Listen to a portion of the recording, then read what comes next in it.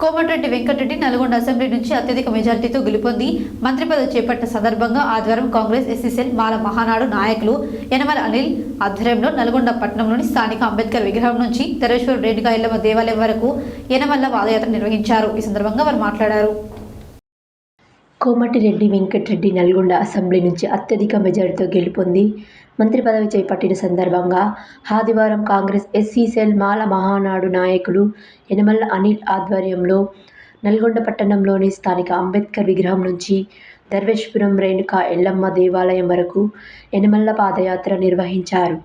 ఈ సందర్భంగా ధర్వేశ్వరం రేణుకా ఎల్లమ్మ దేవాలయం వరకు పాదయాత్రగా చేరుకొని 108 కొబ్బరికాయలు కొట్టి మొక్కులు చెల్లించుకున్నారు. ఈ కార్యక్రమంలో మాల మహానాడు నాయకులు, కార్యకర్తలు, అభిమానులు తదితరులు పాల్గొన్నారు.